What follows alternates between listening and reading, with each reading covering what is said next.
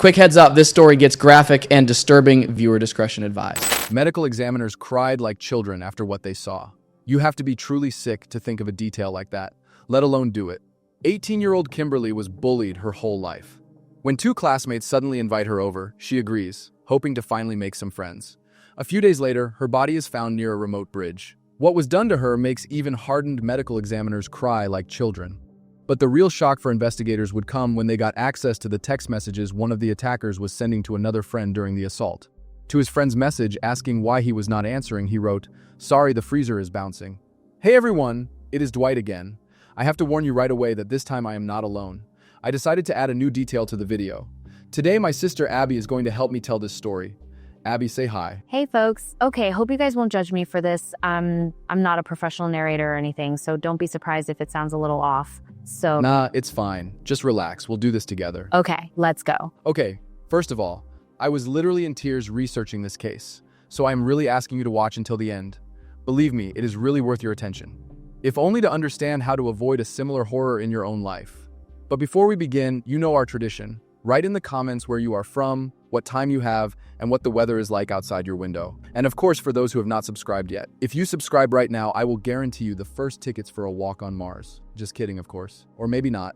All right, folks. Today's story is about Kimberly Proctor. The place where all this went down was Langford, British Columbia in 2009. It is a kind of typical Canadian suburb, where everyone knows everyone, the grass is green, the fences are white, and it seems like nothing bad could ever happen there. Well, you know how it goes in these stories. And that is where 18-year-old Kimberly Proctor lived. Long, dark hair, the trendy bangs for that time. When she posed for a selfie, she always had this, I do not know how to describe it, almost piercing look on her face. Like she had some secrets, she was all mysterious. But the truth is, she did not really have any secrets. She was basically an open book. One of those people who says everything they think with no filter at all.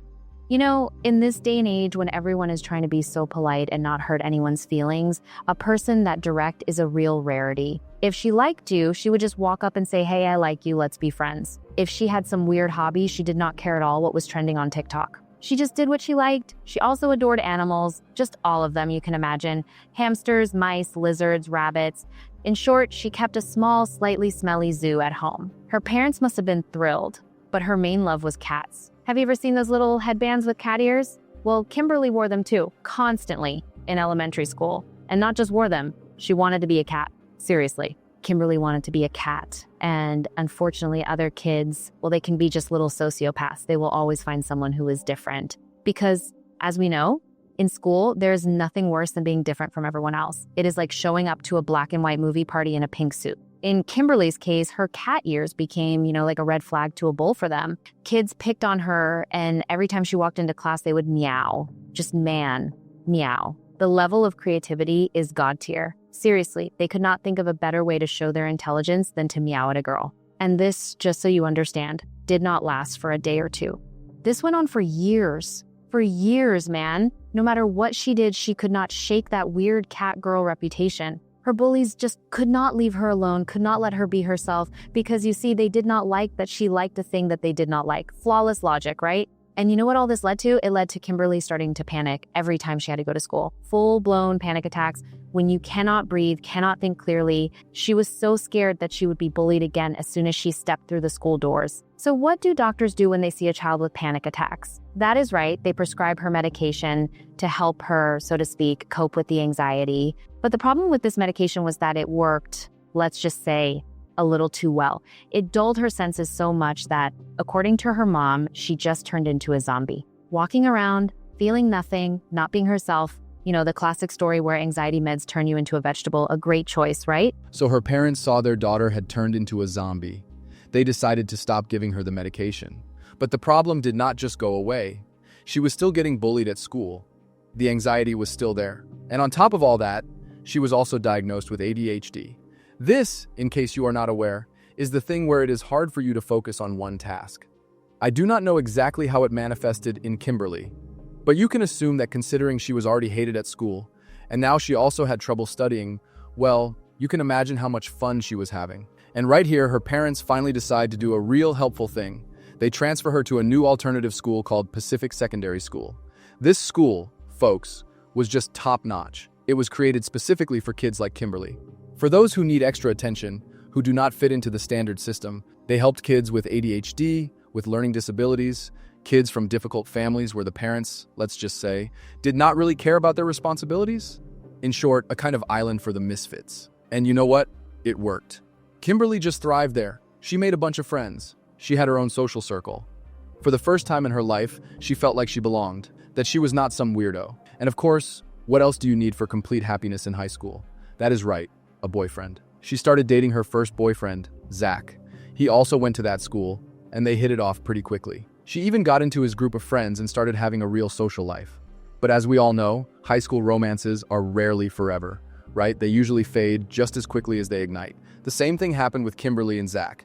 One day, at the end of 2008 or early 2009, he just broke up with her. They had only been together for a few months.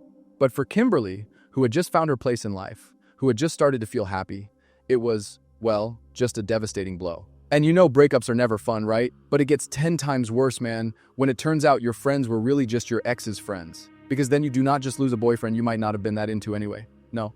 You lose, man, your entire social package. It is like quitting your job and losing your health insurance, your gym membership, and the free coffee.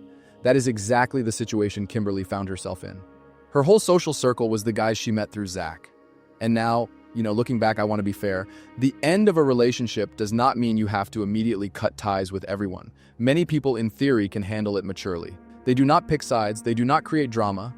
But, folks, this is high school. What maturity are we talking about? This is a time when looking at a person the wrong way is a reason for war, and you are talking about maturity. Kimberly, by the way, thought exactly that. She believed you did not have to divide anyone, that you could be friends with everyone. But her friends, well, they did not think so. They were convinced she was not staying in that group because she liked the guys. It was because she was trying to get Zach back, that classic girl logic. She is just finding an excuse to be around him so he can see what he is missing. And honestly, I do not know if that was true. Maybe it was. But even if it was, she was 18. She was dealing with her first heartbreak. I did way dumber things at her age, believe me. For the adults in her life, like her teachers and parents, this all looked like typical high school drama.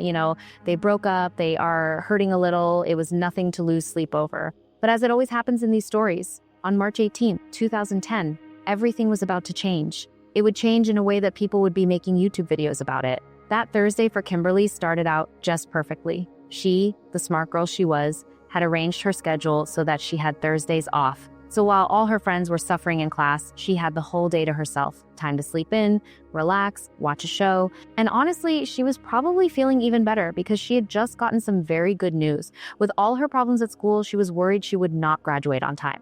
The thought of summer school, or even worse, a fifth, shameful year of high school, you get it. That is a total nightmare for any teenager. But the day before, she found out that everything was okay. If she kept up her grades, she would graduate with everyone else. So that morning, Kimberly slept in. She was still in bed when her mom, Lucy, came in to say goodbye before work. She kissed her, said, "I love you," and left. Since Kimberly had the day off, she had agreed to babysit for some local kids that day. The plan was simple: come home in the evening and the family would start planning her graduation party. Everything looked, well, just perfect. So while Kimberly was supposed to be babysitting, her mom, Lucy, called her to check in. But the call went straight to voicemail, instantly, and that was very unlike Kimberly. They had a rule in their family: if mom calls, you pick up, always. Because if you do not, all hell breaks loose. So, when Lucy heard the voicemail, her stomach just dropped. It was not just that Kimberly did not answer. The call went to voicemail instantly. With no rings, that meant only one thing: Kimberly's phone was turned off, and she never did that. I am serious, folks. Pause the video and try to remember, when was the last time you consciously just turned off your phone? Not airplane mode, not silent, but the actual power off. I honestly cannot. The last time I did that was when it glitched and I had to restart it. Am I the weird one here, or have we all become hostages to these little black rectangles? Write in the comments, by the way, do you turn your phone off at night or not? I am really curious. Sorry, I know I got off topic. But this was enough for her mom, Lucy, to know without a doubt that a detail was wrong. For anyone else, it might have seemed like a small thing, but for her, it was a giant red flashing alarm bell. She knew her daughter, she knew her habits, and this was just not right. So she immediately called the police. You have to give them credit, they took her very seriously. and soon they confirmed her worst fear. Kimberly had not even shown up to babysit that day. She was not at home either. No one had seen her all day. So the investigators got to work. They started with the most powerful, most high-tech investigation tool available in 2010. And no, it was not DNA analysis. It was Facebook. In 2010, Facebook was everything. It was the place where teenagers documented their lives in real time. Who they were with, what they were doing, where they were going, what they were thinking, every photo, every status update, every tagged location. It was like a digital breadcrumb trail. So the police immediately start doing what police do in the 21st century. They start digging through Facebook. They said they needed to look at the profiles of every single kid who went to her school. They needed to see what they were uploading, what they were commenting on, looking for evidence by reading passive-aggressive teenage statuses. A dream job, right? Meanwhile, while the cops were busy with their internet investigation, Kimberly's friends and family, along with volunteers, were doing the real work. They teamed up and started combing every single inch of Langford, desperately trying to find any kind of trace. But time went on, and there was no news. And then, around 7 in the evening the next day, a little over 24 hours after Kimberly disappeared, there was a breakthrough. But it was not a volunteer who found her, not a cop. She was found by a group of young guys who were just looking for a quiet place to, well, let's just say meditate. They drove to a remote bridge known as the Galloping Goose Bridge. Instead of finding peace there, they stumbled upon a true nightmare. The discovery was in such a state that at first, it was impossible to even tell who it was. But when the police arrived and compared dental records, the worst was confirmed. It was Kimberly. One thing was immediately clear. This was not an accident. It was obvious what had happened. And here, folks, I have to warn you that the next part is very, very difficult. So, the final report. Despite the condition of the discovery, it was not hard for the experts to determine the sequence of events. The details of what was done to her are so disturbing that I cannot and will not share them here, out of respect for her and for platform policies. And you know what is weirdest? Usually the police hide such horrific details, but Kimberly's parents insisted. They fought for all these details to be made public. They wanted the world to know what happened to their daughter, so that everyone would understand that this was not just done by a criminal, this was done by a true monster. There is no comparison. This is the facts in this case disturbed very deeply the most seasoned homicide investigators that we have in this province. And of course, once the news spread about what happened to Kimberly, everyone was in shock. You know how it is in small towns. First the shock, then the grief, and then the gossip starts. But what is interesting is not everyone reacted like a normal person. You see, Kimberly had a friend named Samantha Kennedy, and she, like any normal person, was just devastated, shattered. She could not talk about it. But Kimberly had another friend, a 16-year-old guy named Cruz. And he, folks, is the key character in our story today. It is interesting that he was one of those friends Kimberly had left over from her ex-boyfriend, Zach, and he had supposedly been very supportive of her after the breakup. A kind of knight in shining armor. So after Kimberly was gone, Samantha and Cruz reacted to it, well, let's just say differently. Samantha was in so much pain she could not even hear her name. But Cruz, on the other hand, could not shut up about her. Seriously, in every single conversation, he found a way to bring it all back to Kimberly and what happened to her. So one day Samantha goes up to him and politely asks him to stop. She says, when she is around, let's just not talk about it because it is hard for her. I mean, that seems like a totally normal request, right? But instead of saying a thing like he was sorry or he did not think, this guy just explodes. He starts yelling at her. He yells that nobody cares. He says she is gone, so who does it even matter to? And, my first thought is this. Okay, maybe people grieve differently. Maybe this is his weird reaction to stress. Who knows? But then another friend overhears Cruz say a different thing, something you cannot just blame on grief. He says he is glad she is gone. He says he hated her. Okay, hold on. What the heck? Is this the same good friend who helped her get through the breakup, who was there for her, and now he is glad she is gone and he hated her? A detail in the story, folks, just does not add up. Not at all. Of course, this is not direct proof that he did it, but you have to agree it makes him a very, very suspicious guy. Well, of course, after statements like that, the police started looking at Cruz much more closely because, when a person says he is glad a person is gone and then goes to her funeral, that is at least a reason to ask a few questions. By that time, the cops were already like real stalkers. They had dug through all his social media, looking at who liked his photos, what he commented on. In short, they were already watching him pretty closely. And here, another interesting detail comes out that basically puts everything in its place. Around the time of Kimberly's disappearance, Cruz attacked his own mother. Yes, you heard that right. And what does he do as soon as he is out? That is right. He goes to Kimberly's memorial service to pay his respects. Even though just yesterday he was telling everyone how glad he was that she was gone and how much he hated her, the level of audacity is God tier. But the wildest part is how he acted after the service. They say he was literally skipping to his car, like he was some kind of, I do not know, fairy tale character playing in a meadow after a successful day. In short, completely unhinged. So the detectives decided it was time to bring in the heavy artillery and got a warrant for all his digital records. They needed to see everything. His text messages, his browser history, everything that was not available to the general public. When the police started looking through all of it, they realized that Cruz was just obsessed with this case. He read every news story he could find. And every update, every new fact, he immediately forwarded to one specific person. That person was 17-year-old Cameron Moffat, or just Cam. And who is this Cam? It turns out he was also from that same group of Zach's friends. And it also turned out, had a crush on Kimberly. As soon as she broke up with Zach, he immediately, without wasting any time, asked her out. And right here, folks, is where that same high school drama starts that just makes you roll your eyes. Because Kimberly, instead of moving on, was still hung up on her ex. She apparently decided the best way to forget him was to make him jealous. You know, the classic teen show playbook that never works. And she, as a true hero, set her sights, not on Cam, who had confessed his feelings for her, but on Cruz. Why? Because he was a close friend of Zach. Logic? Well, do not look for it here. And although all her friends told her it was a bad idea and not to do it, she did not listen to them. And what about Cam? Instead of giving him a yes or no, she just sent him emojis, keeping him on the hook just in case. Oh, thanks, and an emoji. Like she did not turn him down, but did not agree either. I will just say that I do not approve of Kimberly trying to pit these guys against each other. It was not the best way to handle the situation. But she was a teenager going through a breakup. Who among us has not done stupid things at that age?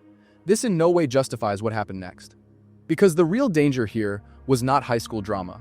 It was a much darker thing. It turns out Cruz and Cam shared a common and, let's just say, unhealthy obsession. And as a cherry on top, Cruz's father was a convicted killer. I am not saying that the children of killers always become killers, but you have to agree that is a red flag the size of Texas. And Cruz himself, it seems, was following in his father's footsteps. He started getting into trouble, and not just, forgot to do his homework. No, first it was the classic stuff. You know the classic for a teenage rebel, nothing special. But then it gets more serious. Theft. And not just candy from a store. No, he was stealing paychecks, stealing money from people's mailboxes. That, is full-on mail fraud. A level a little higher than just a troubled teen, right? And this was all I remind you before he even turned 16. Then, when that was probably not enough for him, he moved on to a new level. Arson. Just taking and destroying other people's property. Well, because why not? In short, the dude was clearly on an upward criminal career path. And arson is a classic red flag. It is like the trailer to a very bad movie. You already know it is not going to end well. And Cruz, it seems, was following a classic script. He did not just set fires. He also, as we remember, escalated the situation because he managed to attack his own mother. But what was even more disturbing was that Cruz seemed to be strangely obsessed with the idea of these terrible acts. He wrote blog posts about serial killers. In these posts, he even joked that he thought he could be a serial killer too. And that by itself could be written off as a typical teenager trying to seem cool and mysterious. The emo phase, black nail polish, and all that. But writing a blog about these acts, being the son of a convicted killer, and having your own legal problems, that is not just a recipe for disaster. That is the finished dish just waiting to be served. And what about Cam? Well, he, like Kimberly, went to that same alternative school because of his ADHD. But as it turned out, ADHD was the least of his problems. He had experienced a horrific trauma in his childhood when he was only 4 years old. After that, he just could not cope with it. He repeatedly tried to escape from his bedroom window. And what do parents do when they see their child trying to escape their own personal hell? That is right, they put bars on the windows. Because if a child is trying to run away, the best solution is to turn their room into a prison. Flawless logic, right? And of course, after all this, he was angry at the whole world, especially at the adults who could not protect him. He had aggression problems. He even got into trouble for bringing a weapon to school. And so, like in some bad movie, these two heroes find each other. Cam, with all his rage at the world, meets Cruz, the son of a killer. And they felt this connection. Cam finally met someone who gets him. And this person did not just not judge him. This person was the same. So from that time on, they became best friends. And they, of course, egged each other on, constantly talking about their dark fascinations. More precisely, they just constantly talked about these terrible acts. And all this, folks, the police knew even before they got access to their phones. This was all public information, rumors, things they posted online themselves. But when the cops finally got a warrant and got into their phones and computers, well, here, folks, you better buckle up, because everything before this was just the beginning. It turns out they both really like to watch, let's just say, very specific adult content. They even sometimes watched it together. It seems at some point just watching was not enough for them. They wanted to make it all a reality. Basically the same thing that happened to Kimberly. And unfortunately, she was not the first person they tried to act out these fantasies with. It turned out that Cam already had a history of mistreating his ex-girlfriends. And here we come back to Kimberly. And, considering all this, you could say she was lucky she did not agree to go on a date with Cam. But as we remember, she did not exactly turn him down either. She was keeping him on the hook. And one day, Cam sent Kimberly a message. He wrote that he wanted to give her a lollipop with a cream filling that he was holding in his pants. First of all, who the heck talks like that? Seriously, where did he even hear a term like that? I have heard some weird stuff, but a lollipop with a cream filling, is that some kind of secret code for future inmates? And what does Kimberly do after getting such a, romantic message? She takes it and forwards it to Cruz. And Cruz, the great guy that he is, replies, I have lollipops of that brand too. Just a club of anonymous confectioners or something. And I cannot read these messages without thinking about what happened next, because the coroner's report on Kimberly stated that a horrific act was committed against her with an object. Remember? So it turns out when these two were writing to her about their lollipops, it was not just some stupid, disgusting pickup line. It was like they were telling her exactly what they were planning to do to her. It was the trailer for their own horror movie. But that is not all. The day before it all happened, Cruz wrote to Kimberly again. And although I cannot verify this, there were rumors that it was a response to her sad post about her rabbit's death. I do not know if that is true, but the text itself is a little strange. And you know what, folks? I am not going to read it to you, because it is long and it is confusing who said what. Oh, what do you want? What are you doing tomorrow? Nothing other than babysitting at 3. I'm bored and was looking for someone to chill with today. I also wanted to apologize. Oh? I have some things I'd rather tell you in person about the entire Zach fiasco. This is sudden, and I can't help but wonder why. I don't want to talk about Zach. Zach and I aren't as close as we used to be, but I feel you deserve an explanation. Don't worry, it's not much. It's more about why Cam and me and everyone was so mean. Whatever happened to Kim, you deserve nothing. I kill your rabbit. Haha. That's what I wanted to talk about. I gotta say, when I saw her text, I was shocked and confused. But like I said, I'd rather talk in person. I can meet you tomorrow earlier than babysitting and talk about it over a couple bowls. Sure. So what does Cruz do? He is playing for keeps. He does everything he can to lure Kimberly into meeting up. And you know what bait he uses? The best kind possible. He promises he will finally explain to her why Zach dumped her, to give her closure, so to speak. A classic manipulation tactic. It is like, come over, I will tell you all the secrets of the universe, but only you and only today. And Kimberly, even though she saw all these red flags that were flying like they were in a parade, found it hard to resist, because she wanted answers. But while Cruz was playing the part of her best friend and psychologist, Cam decided not to bother with manipulations. He went the direct route. He sent her a message. And folks, in that message, he wrote that she was next. Just like that, in broad daylight. And what does Kimberly reply to such an, unambiguous threat? She writes, what? What are you talking about? And looking back, that is just chilling. Because this guy literally, in black and white, told her he was planning to harm her. And she thought it was some kind of weird joke, that he was just talking nonsense. She could not even imagine how serious that threat was. And of course, she did not see the messages they were exchanging with each other at the same time. And in those messages, folks, they were talking about completely different things. Moffat. I guess we plan for it, but we keep our eyes open. Cruz Wellwood. This is so funny. Jam a funnel in her and fill it with water. When you're done, pour Drano in her. I want to get it done. I don't want to wait. I'm not killing her right away, says Wellwood. Moffat asks. That's what I'm going to do, Wellwood replies, but I need to get her stoned first. Try quickly, Moffat laughs. I wonder if she has money and stuff, he says. I'm going to take stuff. Well, I'll take whatever she has. So after all this weird, disgusting texting, Kimberly, unfortunately for her, agrees to meet with both of them. They arranged to meet on March 18th, the same day she disappeared. It was supposed to be just a quick meeting because she had to go to her babysitting job afterward, but as we already know, she never made it to that job. That day, Cam and Cruz met her at a bus station around 10:30 in the morning. And where did they go? That is right, to Cruz's house, where, by the way, he lived with his mother. But his mom, of course, was not home. The guys knew they had a few hours to carry out their, so to speak, brilliant plan. And the plan, folks, was the height of cynicism. They were going to just chat with her nicely until she relaxed and let her guard down. Then when Cruz decided the time was right, he was supposed to say a code phrase. They had a code word. Are you ready? I'm going to make some KD. And do you know what KD is? It is Canadian slang for mac and cheese. Seriously, mac and cheese. That is their signal to start hell. I do not know why they even needed a code word. Maybe they thought it was cool like in spy movies, to add a little drama to their horrific plan. Cruz says the phrase, and they jump Kimberly. They restrained her. Then for several hours, they did things to her that are honestly impossible to talk about. It was not just an attack. And as I have said before, even after the thousands of cases I have broken down, I have never heard of anything like it. It is just pure, uncut evil. While all this was happening, the terrible ordeal continued. And after all this, Cruz and Cam, they continued to text about that night. They were rewatching their favorite movie, reliving it all over and over again. Cameron Moffat sends a message to Cruz Wellwood saying, "A friend sent me that, pretty sick." Wellwood responds, "Already saw this, all on the news."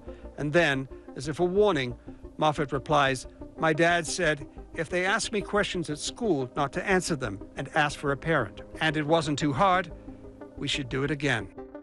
And as if all that horror was not enough, the next details are just mind-blowing. So get this. At the exact same time the ordeal was happening with Cam and Cruz, one of Cruz's friends messages him, having no idea what is going on. Just a simple, "Hey, how is it going?" But Cruz, of course, does not answer, because he is, you could say, a little busy. The friend, not understanding what is happening, starts to get nervous, spamming him with messages. "Are you ignoring me? Where are you?" And when Cruz finally gets back to the computer, he replies. And his reply is the height of cynicism. It is honestly hair-raising. He writes, "Sorry, the freezer is bouncing." What the heck? What is the point of that phrase? None at all. I do not know what his friend thought about it. Maybe he just thought Cruz had a really old fridge that needed defrosting. But for Cruz himself, it was a sick joke, a hint at what he was doing, like he was saying he had a person in his freezer. And that is not all. That same night, Cam, our other hero, texts his ex-girlfriend and invites her to come over to Cruz's house to hang out. Luckily for her, she did not reply. I do not know what his intentions were, but, you can make an educated guess. Maybe their thirst was not quenched yet, and they wanted to invite someone else. Because one is good, and two is even better. They were so excited about what they had just done that they were joking about it, inviting people over, no remorse. So maybe Cam was hoping another person would end up in that freezer. I am glad his ex ignored the invitation. The next morning came, and you know what criminal masterminds do after an offense? That is right. They got to that same bridge, and there they just set everything on fire. While they were standing on the bridge, destroying the evidence, Cruz, so calm, was texting people. Just about nothing. Like it was just another day. He did not even think that someone could track his phone's location while he was texting a few steps from what they were trying to burn. They thought they would get away with it all. But as we know, and we like to see it, data does not lie, evidence does not lie. It was so obvious to the police that Cam and Cruz were the ones responsible in this case, especially because of the last piece of evidence that I have not talked about yet. But it really shows what kind of people Cam and Cruz were. You see, Cruz had a girlfriend. I'm sure she had no idea he was playing these weird games with Kimberly, but she figured it all out pretty quickly, because Cruz and his girlfriend really like to play World of Warcraft together. If you do not know what that is, it is an online game with an in-game chat. Players can talk to each other through a headset. For Cruz, this seemed like the perfect private place for a conversation. And on March 23rd, 2010, he was itching to brag to someone. I do not mean he wanted to clear his conscience. No, he wanted someone to know how cool he was. So he went on World of Warcraft and told his girlfriend everything. What he did, how he did it, and how he covered his tracks. And this next part is just shocking. The girlfriend's response was this, that she would always be there no matter what he did. Seriously? That she would always be there no matter what he did. Is that a loyalty oath to a killer? I do not know. Maybe she did not really believe him, but it still bothers me. In the end, the girlfriend did not have to turn Cruz in.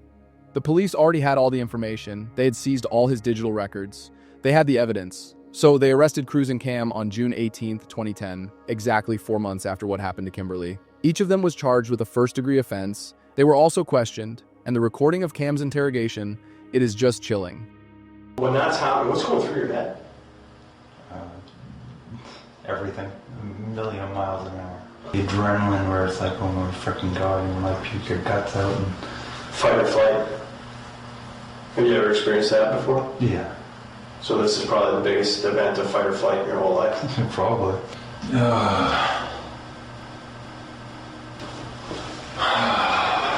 He's, strutting around the house, like, yelling to himself. It's like, Kinds of things. this just happened, what happens if I don't listen? You can only draw the line so far with disturbing, horrendous, gruesome, Horrific. completely disgusting, horrifying. Telling you the truth, I'm just not telling you every single little thing that happened down to the tiniest grain of detail that I can come up into my mind. Mm-hmm. And trust me, there's a lot of really disgusting. Okay, let's take a step back. What is that? So when it came to evidence, the cops basically had a full house. Seriously, they had everything. A confession? Yep. And on tape, so nobody could later say he was forced. Digital evidence, all those text messages? Yep, a whole folder. It seemed like a slam dunk case. Time to go grab some coffee. But like it always happens in these stories, one tiny little detail was missing. The motive. I mean, why? Why do this to your friend and in such a horrific way? And here, the prosecutors, they put forward the most cliche, but maybe the scariest version of all. They did it just for the thrill, just for the fun of it. Because you see, they were bored. And to make the story even wilder, it turns out they even made a list. Yes, you heard that right. A list of potential victims. Like it was a shopping list for the supermarket. Okay, today on the list is bread, milk, and doing a thing to a classmate. And you know the most horrific part. Kimberly was not even first on that list. On the day of the event, they called 2 other people. But they, luckily for them, were busy. Sorry, I cannot. I have a manicure today. And that saved their lives. Just think about that. Kimberly's fate was sealed just because she had a free evening. Just because she agreed to hang out with friends. Friends who, by the way, she trusted. This is probably the only good news in this story. At least she was going to get justice. Because instead of putting on a circus in court and dragging it all out for years, both Cam and Cruz agreed to plead guilty. But do not think this was some kind of remorse or pangs of conscience. No. Because as it turned out, they discussed this between themselves even before the trial. And in this conversation, which was of course recorded, they do not sound like people who are sorry. No, they are still bragging, even with 1 foot already in prison. It is just another level. That sucked. Really, they just made it seem like I got screwed over, and they're like, "We understand." I'm like, "You touched me." The entire time, I had this expression. I just laughed at like half the things they said, and just like sat there with a big ass grin on my face. They're like, remorse. Do you feel any remorse? Any regrets? Anything inside of you? Any remorse? Regrets? Any remorse? Any remorse? Remorse? Did you feel remorse?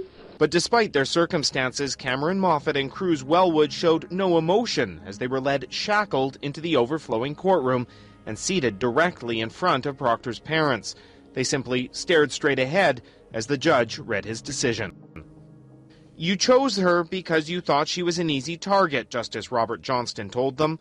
The circumstances of these offenses are so horrific that no words can convey the inhumane cruelty showed to Miss Proctor. He then handed the killers the toughest sentence possible, an adult term of life in prison with no chance of parole for at least 10 years.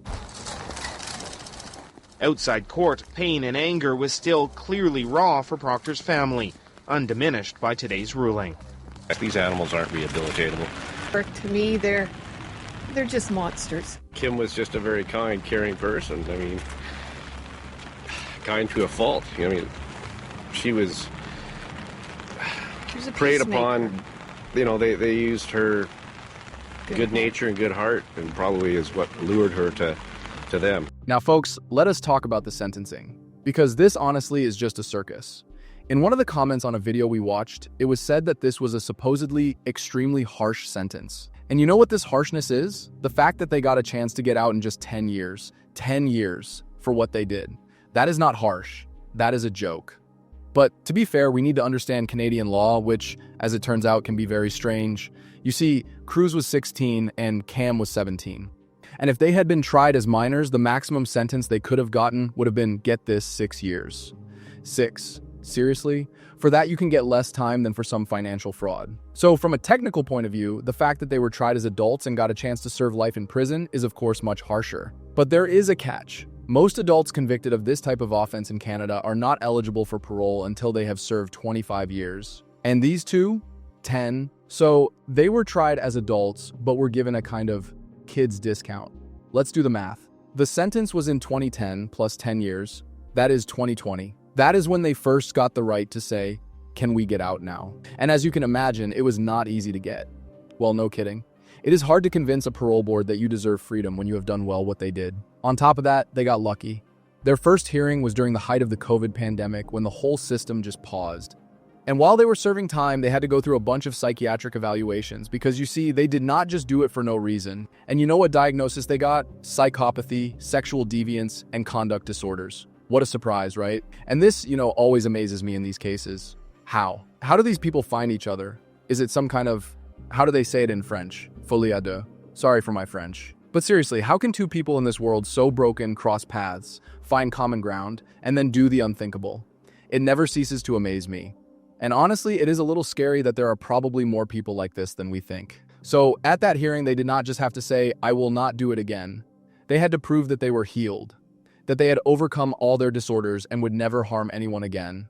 But here, there was a snag, because all their doctors, psychologists, all the experts who worked with them came out and said, no, these two are dangerous people, and they cannot be released. In short, even the professionals said it was too late to fix these two. So what do the experts say about our heroes? They say that these two are a real threat to society. What a surprise, right? And to cure them, it would take, get this, at least 40 years of very intensive therapy. 40 years. So when they get out, they will be in their 60s, and they will be very healed. It sounds like a plan. And just so you understand how ready for rehabilitation they are, there are some interesting details. Cruz, for example, threw wild tantrums in his cell. Just like a 3-year-old who had his toy taken away. He cried, he punched the walls, he pulled out his hair. Classic behavior for a grown-up conscious offender, right? And also, and this is just the cherry on top, he started bragging about the offense to anyone who would listen. And he talked about what he did to Kimberly in such detailed graphic terms that, get this, other inmates, who I am sure are no angels themselves, had to go to a psychologist because Cruz's stories were too brutal for them. Can you picture that? An offender so sick that he traumatizes other criminals. It is just a new level. So, of course, when they applied for parole in 2020, they were denied. Though Cruz, you have to give him credit, tried. He came up with a brilliant plan. He claimed that after 10 years in prison, he had become extremely religious. He said he needed to be released because he wanted to go to church every Sunday. A classic move. And what do you think? The board took 10 minutes to consider this deep spiritual transformation and said, nope, buddy, not this time. Then in 2024, they tried again, and Cruz changed his tactics again.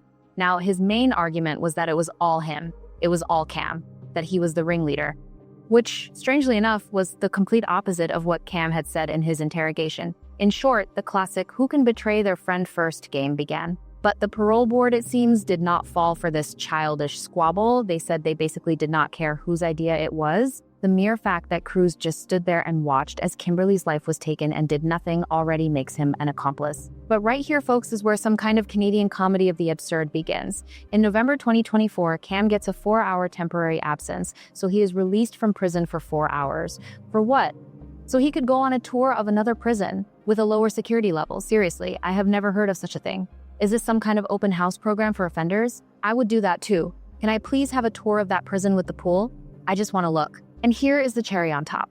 The psychiatrists who work with them say they cannot be kept in prison because their psychological problems, you see, are so serious that they will never get better in prison. They need a hospital. But they cannot be released either because they are dangerous. In short, the system itself does not know what to do with them. And the most horrific part of all this, every time these two individuals decide it is time for them to be free and file another appeal, Kimberly's parents have to go to court. They have to see the faces of the people who took their daughter's life again and prove again that they cannot be released. Can you imagine? Every single time they are forced to relive this horror over and over again. Just give the family a break. Let them heal. It is just insane. No matter how much time has passed. Oh, sorry. It's still devastating. Emotions are raw. Never forget that day. They're so horrible, guys. Yeah. Words cannot describe how Yeah. horrible it is. It's a life sentence, right? For us. Proctor's family traveling from the island to Mountain Institution for Moffat's parole hearings. You have to show up to show that we're appalled at the whole thing and that there's no way he should be allowed out. They have no right to be protected. The general public has the right to know who these two monsters are. We live every day, day to day right now. We don't plan anything. There's so many signs, the weather, the daffodils coming up. I mean, every day we walk past, down the hallways, upstairs and downstairs, past all of our kids' pictures that from the time they were babies right up to the time a year ago. There's constant reminders every day. It's just, I don't know how to, I can't say how we can move forward at this. So what is the bottom line here? Kimberly was only 18 years old, and her life was not destroyed by some maniac from a dark alley. No, it was done by people she trusted.